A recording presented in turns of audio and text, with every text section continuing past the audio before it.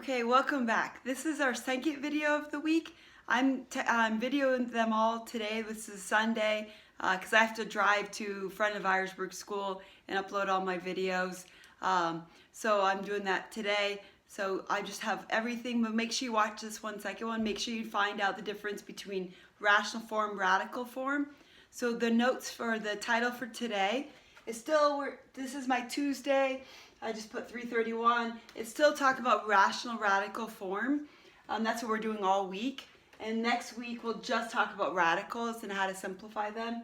So my directions for this, I'll give 3 or 4 problems for you to practice. Evaluate without a calculator. So evaluate, get the answer, figure it out. So this first one is 8 to the 2/3 power. So 8 is our base. So remember, the 2/3 is the exponent. It's made up, the top part is our power, and the bottom is the root. So I'm going to attach to this homework sheet. You have, I think there's 12 questions to practice on this, that I'm going to attach the answer, but I want you, I said show work. This is the work that I'm expecting you to show me. So I want you to rewrite, okay, so figure this out. Well, we know, so let's think about this. What's 8 to the 0 power? Well, what's anything to the 0 power? Well, it's 1. And we know 8 to the 1st is 8. So this value is going to be somewhere between 1 and 8. So if we get a really big number, we know go back and check our work. Or if we get something less than 1 or bigger than 8, somewhere it's going to be somewhere in between. So let's rewrite. This is our work that I would expect you to show. So make a radical symbol. What's the root? The root goes right here. So it's the cube root of 8. This is where I said yesterday, I would rather find the cube root of 8 before I square it. If I squared 8 first, I get 64 and then the cube root. So I'd rather take the cube root and then square it. You'll get the same answer either way, but I'd rather deal with a smaller value. Okay, so this is where I want you to simplify. So if you get to the point of you've seen these problems over and over and you understand the value, you don't necessarily have to show, you at least need to show this part so that you understand, and then you can figure it out from there. But let's break down 8. When we did radicals, we know 8 is, oops, not 8, 4 times 2. I was going to write 8 and 1. It's true, but that doesn't help me. And then 4 is 2 and 2.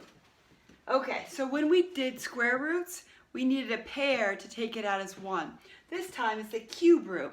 So whatever the index, this is called the index, the root, whatever this is, that's how many you need of the same to take it out as 1 unit.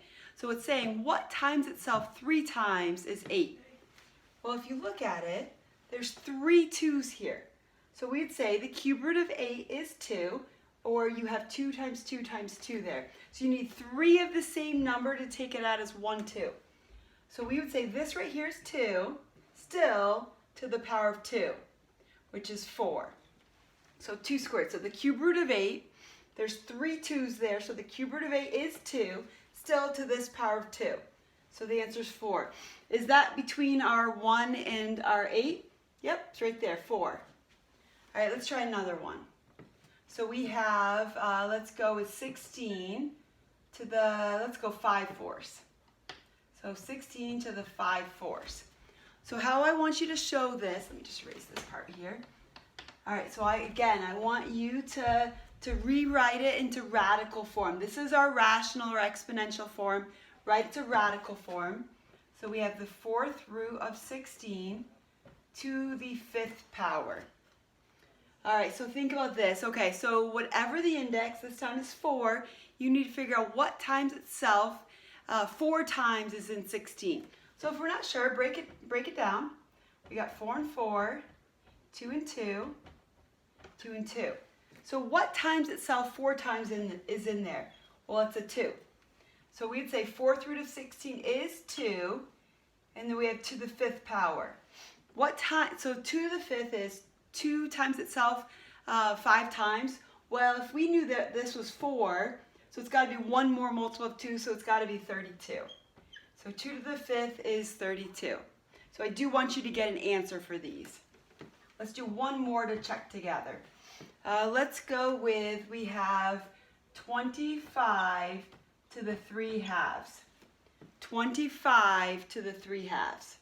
So this time, okay, so this exponent was bigger, 5/4 was bigger than 1. So this value's got to be bigger than 16. Same idea here, 3/2 is 1.5. We know that 25 to the first is 25. So our answer is going to be bigger than 25. So take a minute before I say anything. I want you to write it out, put it into radical form, and then we'll check it together. So just take a minute and write it into radical form. Okay, so what's our base? Our base is 25, goes underneath the root. So what is the radical? What's the root here? It's 2. This right here, if you don't see anything, this means 2. So I don't need to put a number. When we did our quadratic unit, this was the square root. So it's the square root of 25 to the 3rd. Now, if you put a 2 in there, I'm not going to count it wrong. So this time, square root is you're looking for a pair. So let's break down. Remember, whatever the root is, that's how many of the same you're looking at to take it out as 1. So this is the square root of 25, which is 5. 5 to the 3rd. Well, we know 5 times 5 is 25, times another 5 would be like 5/4. So it'd be $1.25, or in this case, it'd be 125. 125. All right, so all you need to do on the worksheet for today, the first 2 questions, it just says rewrite. The second 2 rewrite. So the first 2 need to look like the second set. The second set needs to look like the first. Kind of like what you did on Delta Math, you're just rewriting it back and forth. The next 8 questions are to evaluate. So I'm expecting to see, putting into radical form, if you need to break it down to simplify, and then getting an answer. So let me know if you need help at all. Reach out to me. All right, have a good day.